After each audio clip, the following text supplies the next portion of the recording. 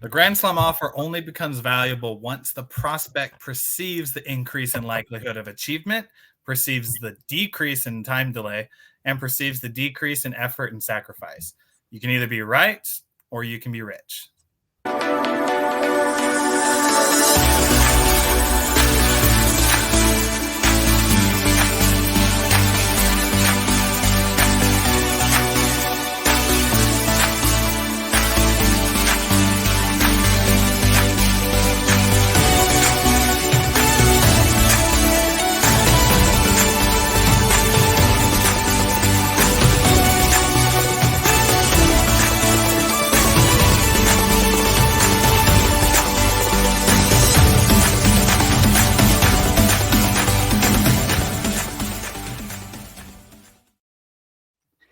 Welcome to another episode of Champion Reads, the book club where we dive into the best business and personal development books that are out there, written by some of the smartest and most successful authors and hosted by some really nice people.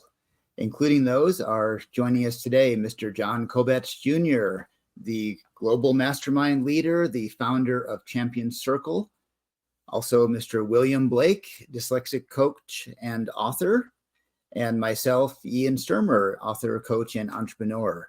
Champion Reads is brought to you by Champion Circle, the place where you can meet with like-minded professionals to mastermind together to achieve anything in 90 days. Yes, that's our slogan. You can find more about Champion Circle at mychampionscircle.com. Today, we are talking about Alex Hormozi's book, $100 Million Offers. And I don't know about you guys, but I wouldn't mind getting $100 million at some point. Money's not everything, but it certainly does help with a lot of other things in life. So we're going into Alex Hormozi's idea of increasing demand. You can have the best offer out there, but if nobody wants that offer, you're not going to get anywhere. So you've got to be able to attract those clients to that offer. And he gives us a few different principles to talk about in how to create that offer so that the demand is increased among your clientele, your audience. And we're going to kind of go through those one at a time. The first one he talks about is niche.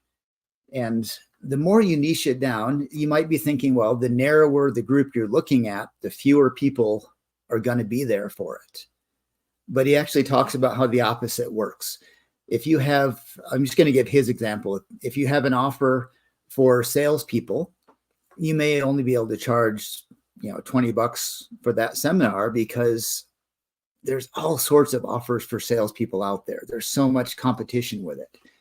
If you narrow that down to B2B salespeople, well, now people are saying, hey, that's what I do. That's a little more specific to me. So they're willing to pay more for something that applies directly to them.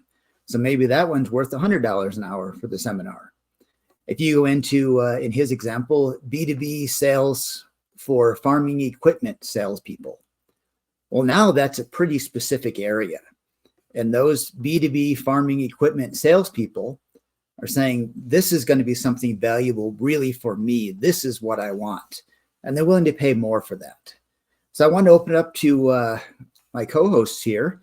How do we niche down our offer? How do we narrow it down to find our real target audience so that we increase that demand for them and they see more value? See, Willie. Yeah, I know. I'm thinking about my business with dyslexic coaching. It all started out with just something I wanted to do. And from there, I was able to then niche it down to then help people so that it can actually grow as a business. So it started as just a teacher and someone giving advice. Then it went to a coach. Then it went to a success coach, then an empowerment coach.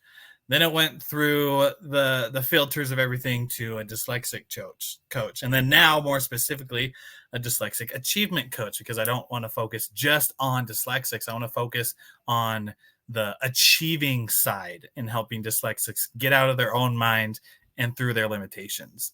So it all started from just me wanting to do it, that like inner desire that I was called for something bigger, and then narrowing it down to my own experience. because when you're first starting, you don't have that much experience. And so you just work with what you have. What I had over 2 decades of dyslexia.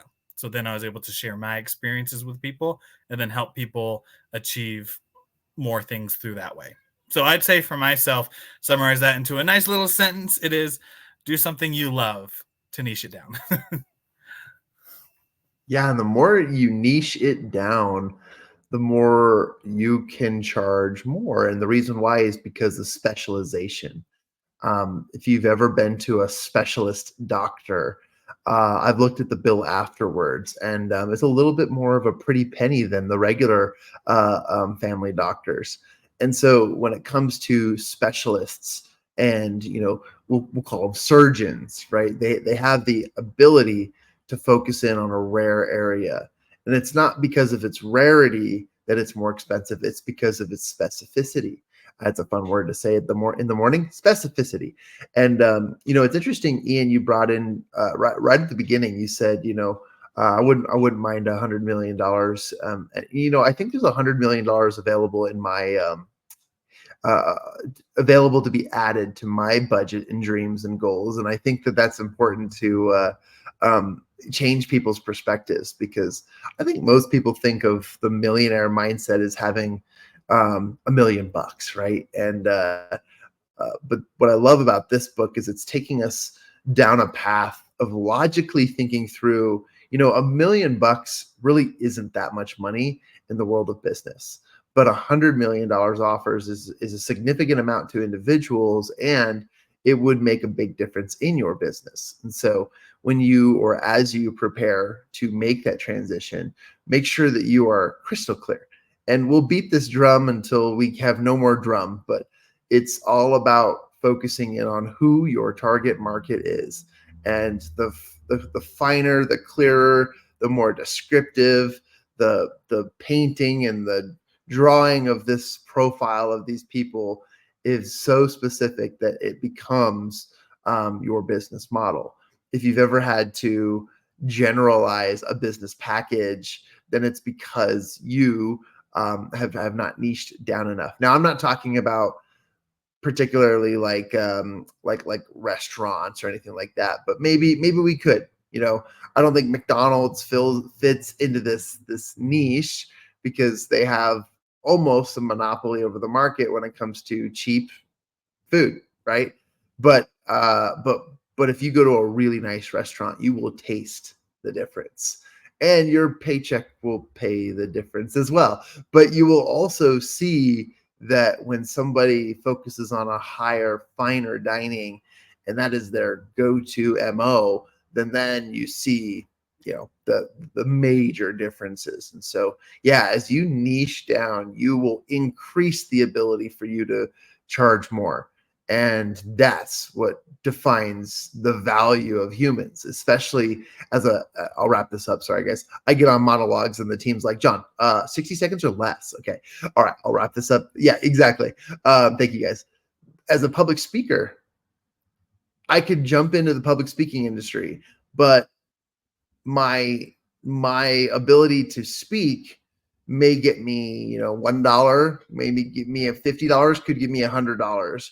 But when I niche down and I say, I train X, Y, and Z to do X, Y, and Z, so that the company or the individuals or that this will create an outcome of X, Y, and Z, the more niche that I am, the higher I can charge. And that is just the beauty of self-serve, of creating services to other people.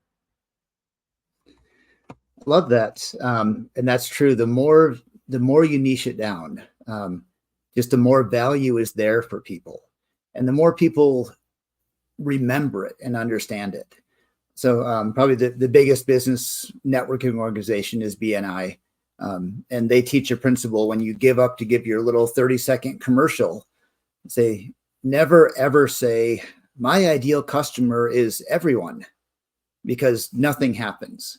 Now, I've worked in the industry, or life insurance industry, before, and I would say my ideal customer is a young couple who just had a baby or just bought a house. in their first job and kind of starting out in life. And I would say that most people have somebody comes to mind when you say that. Because if you say, I'm there for everybody, and I'm going to pick on Willie again for a minute with his business. If he says, I'm offering a seminar on how to be successful. Well, that's nice. I'm offering a seminar for how dyslexics can be successful. Well, that's a little bit better. I'm offering a seminar on how dyslexics can do job interviews. Now we're getting pretty specific in there. And if there's somebody with dyslexia who is searching for a job at that point, they're saying, yes, this guy wrote this for me. And that's really what we want to do. We want to have an offer that enough people, but a certain group is going to say, this guy has my picture on his offer. That's me right there. I'm going to pay for that because it brings that greater value. And really, that's what that $100 million offer is. How can you bring so much value to the customer that they're stupid not to do it? And I love being able to say, you're stupid if you don't do my offer. You're dumb if you don't watch Champion Circle YouTube channel 3 times a day. Plug.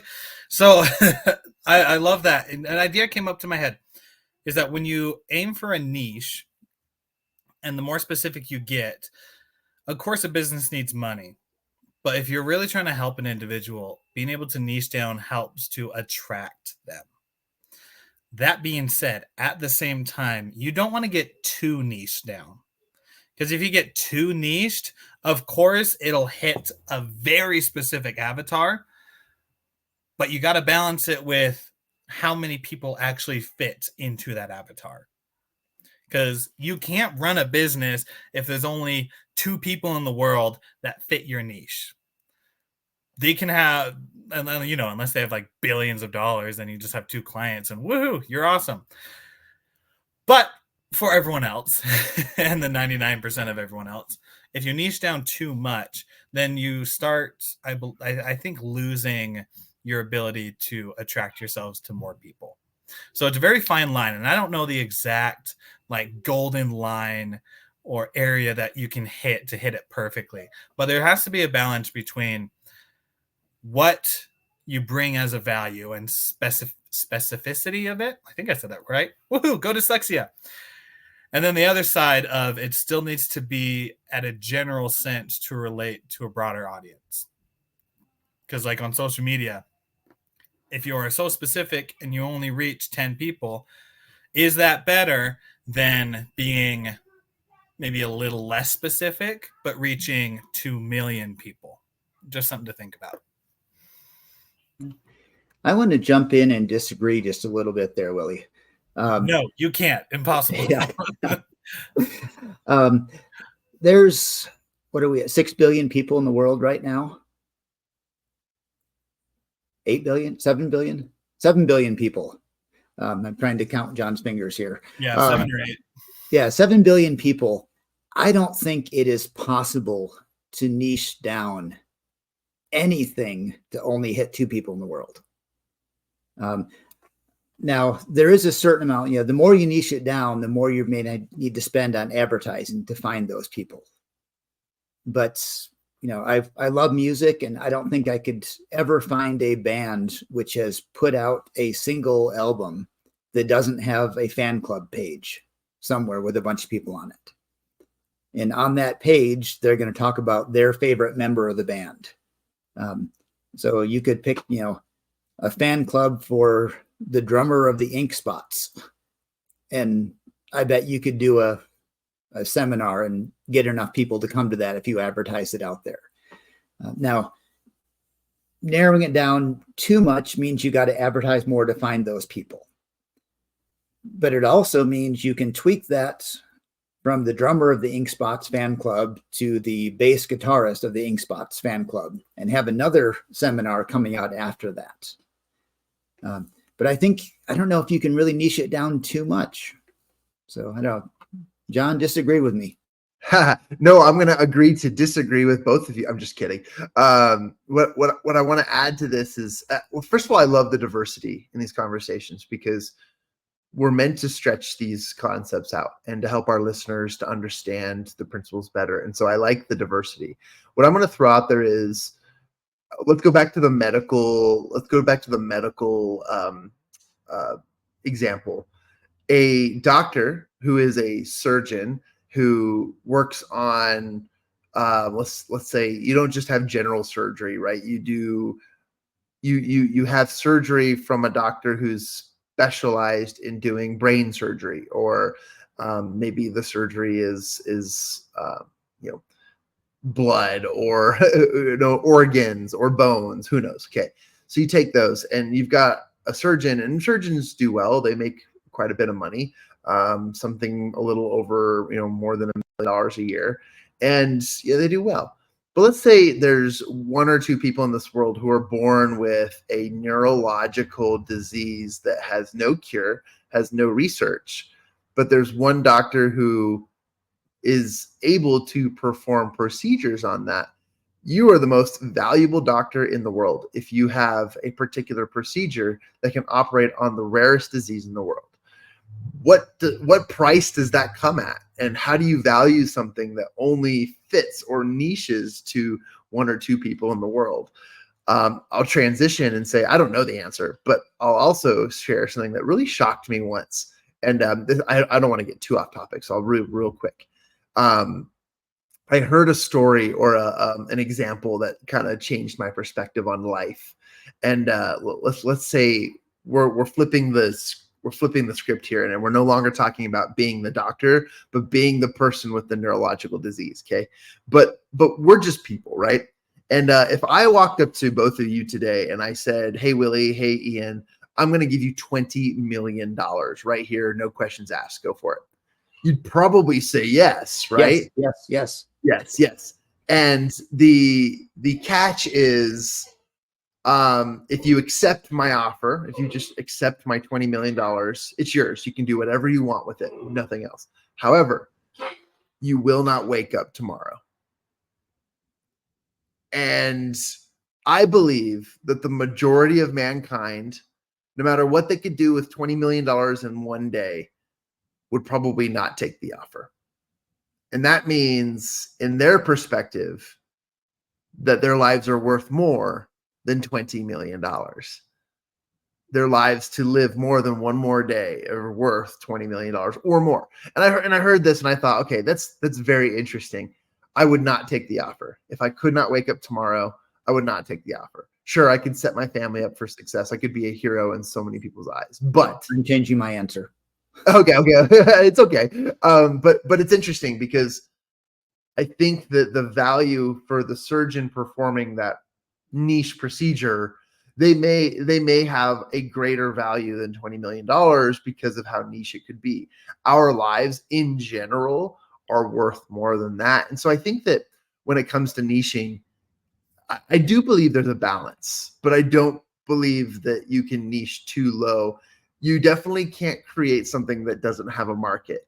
And if your market is 2 billionaires, then just hope you're really good at sales. But if you're not really good at sales, your market needs help. And I think that's what a lot of these other principles we'll talk about too can help you with, because it's not just being available. It's not just being the only person. There's so many aspects and layers to this $100 million offer that make it valuable and worth it to other people to continue to exist with that in their lives. And I don't know, it just kind of made sense to me, but I do agree to so many extents that you can't niche too much.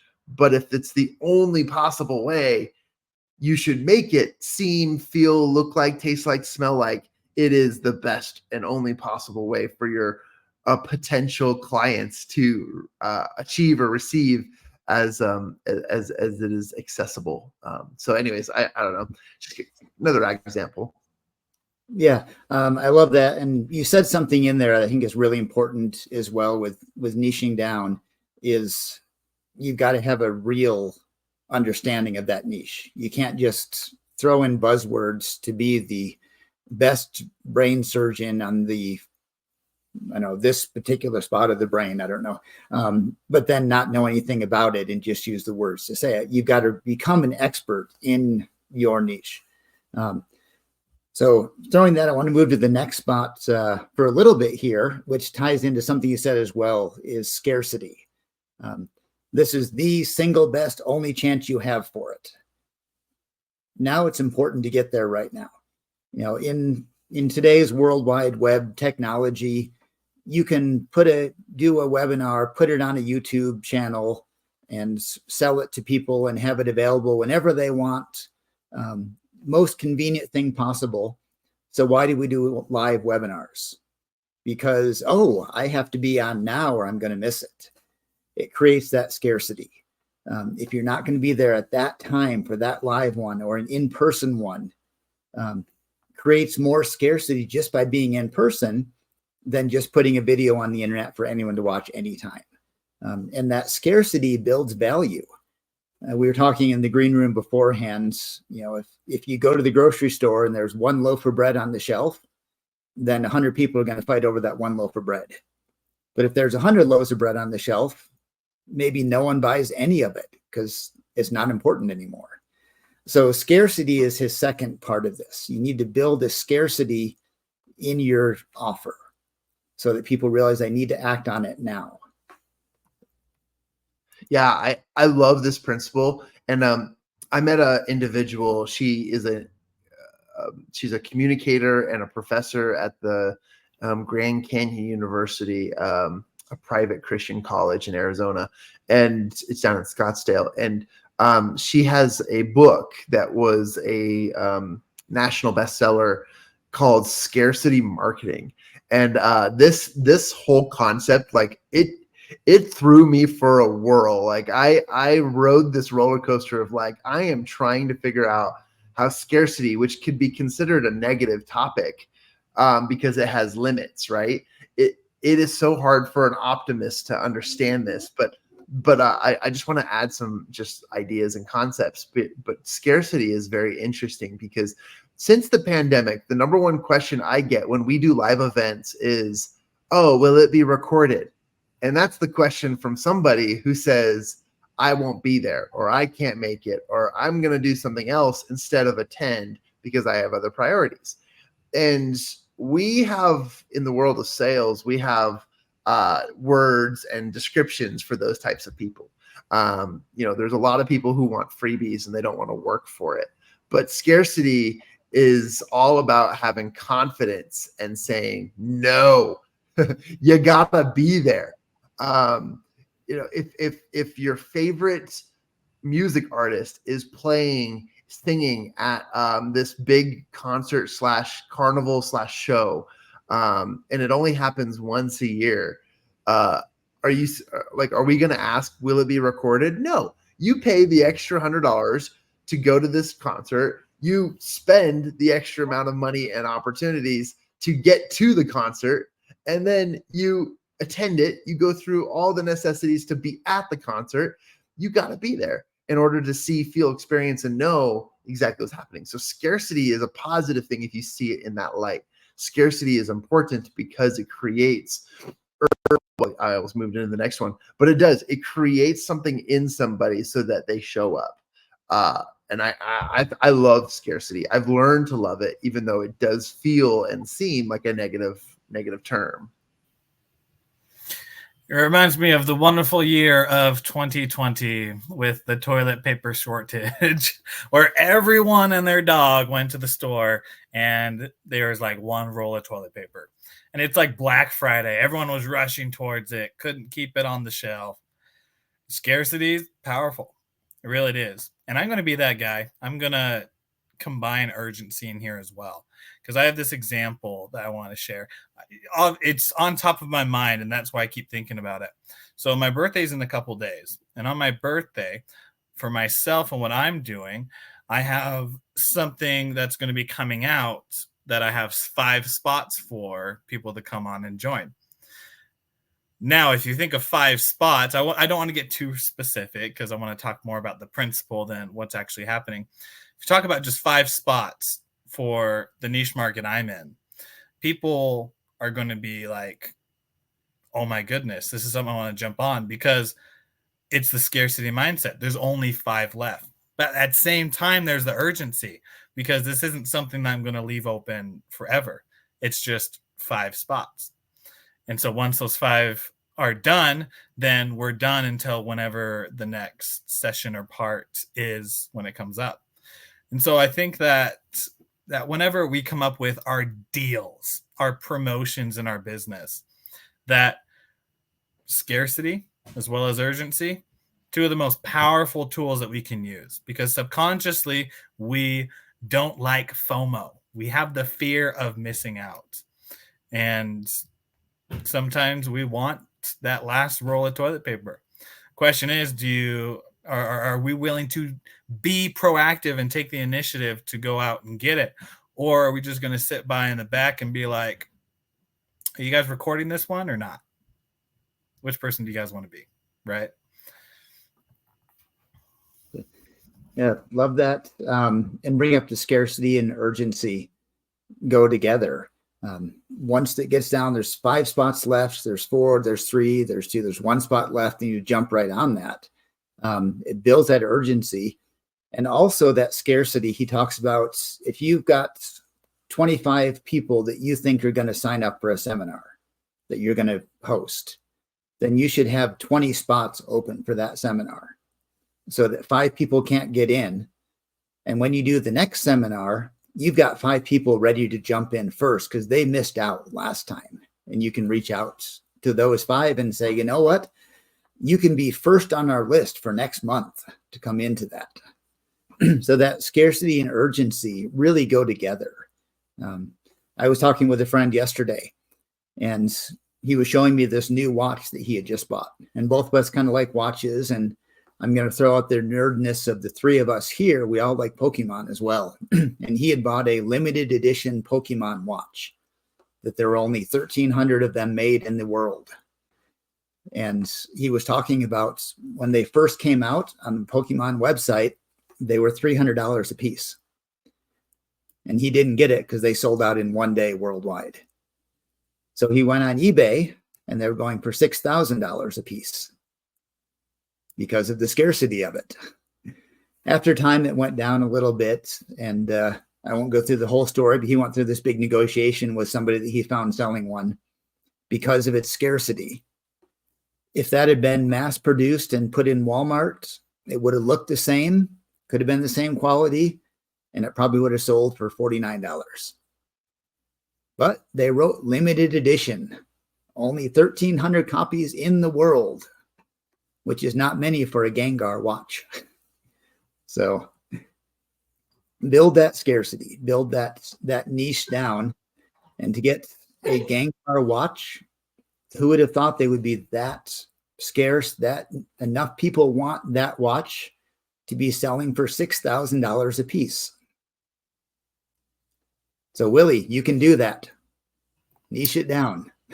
Gengar's a scary Pokemon. No wonder it's scarcity. I'll just add real quick, just reading out of the book here, we had this awesome summary.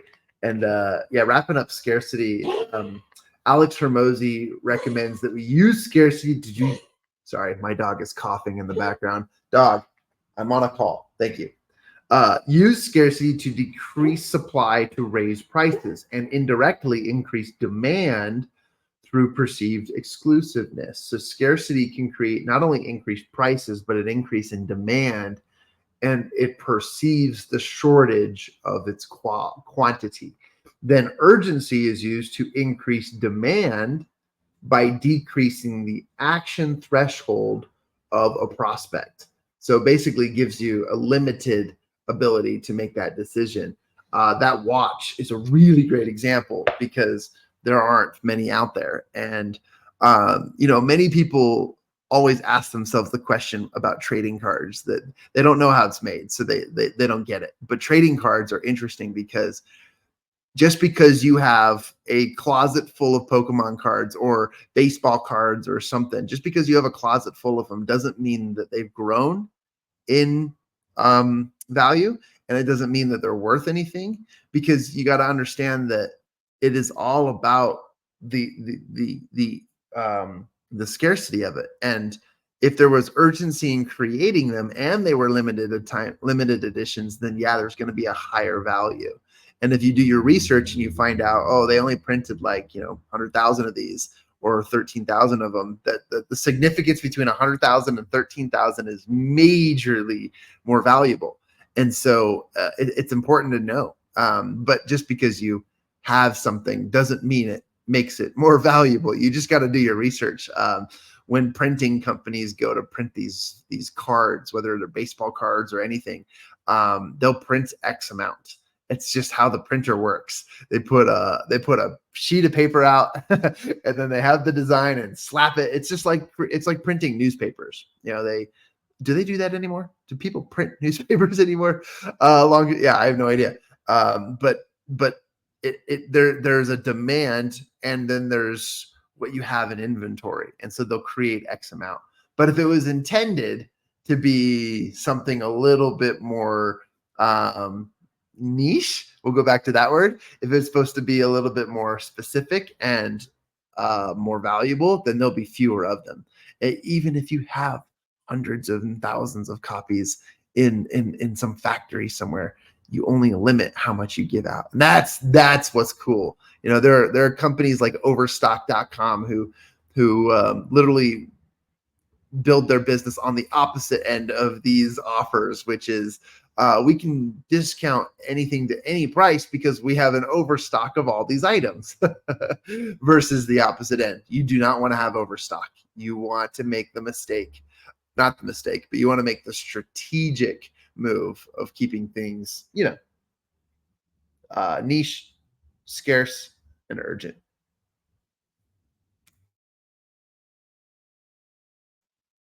Yeah. That's really the secret sauce. Niche it down, make it scarce, and make it urgent. And I'm going to throw one more thing that we've touched on here, but I want to make sure is central to everything else, and that's value. It's got to have a value to somebody. You can't just say something and make it worthwhile. You can't just say you're a brain surgeon. You got to actually be a brain surgeon.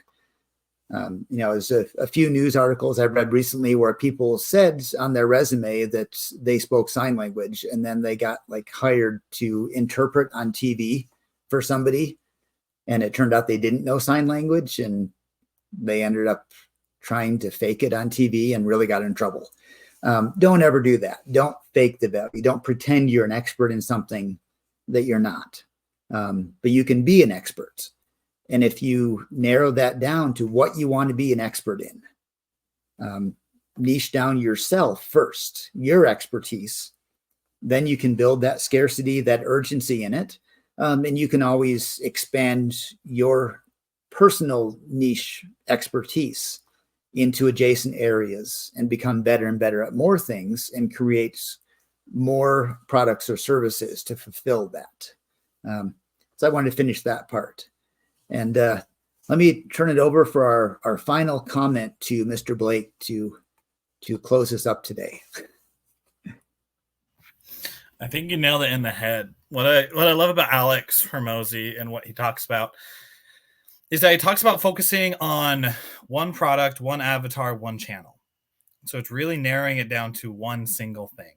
And by doing that, do it until you're making, I think the threshold he put is like 3 to 10 million in your business. And then you can start expanding to everything else, which to me sounded crazy. I'm like, you got to be everywhere. You got to be omnipresent. You got to be showing up everywhere to be able to get all your audience. When in reality, it's like that narrowed down part of it creates such focused energy. Ian, you taught me this principle of, if you think of like turning on a light in the room, the light can illuminate the room. However, it cannot go through any solid object. However, if you take that light and you narrow it down to a single point, it becomes a laser. And that laser is able to go through basically anything. So we got to ask ourselves when it comes to with what we're wanting to do with our business, our personal life, our finances, our physical health, whatever it may be. Are we wanting to just hit every aspect of everything? A weak jack of all trades? Or do we want to become so refined that we are a laser, being able to go through everything? I know for myself, I want to be that puncturing laser to be able to do exactly what I want. And then through that, then after you get like that 3 to 10 million, then you can start broadening out because you have more resources, you have more people and employees under your belt to then help you do it. And then you focus more on the things that you're great at. It's interesting because you're getting out there more, so you're spreading, but other people are doing it, so then you're able to even focus more. So the question I'd leave with everyone is, as you go throughout everything, do you just want to be good at everything, or do you want to be great at a few things? I think that's a great way to end it. Thank you, Willie. Do we want to be good at everything or great at something? Because good is the killer of greatness. So thank you for joining us, everyone, for another episode of Champion Reads, as we have discussed Alex Hormozi's book, $100 Million Offers. We invite you to like and subscribe to this channel so you can find more great books we've talked about, insights on those books. Again, we are brought to you by Champion Circle. You can find information about Champion Circle, our meetings, online programs, how to mastermind, and also a shout out to Mr. John Kovach Jr., founder of Champion Circle. You can find his podcasts where he had an excellent discussion on the book Scarcity. I remember listening to that podcast when you did that one, and definitely worth a listen to that.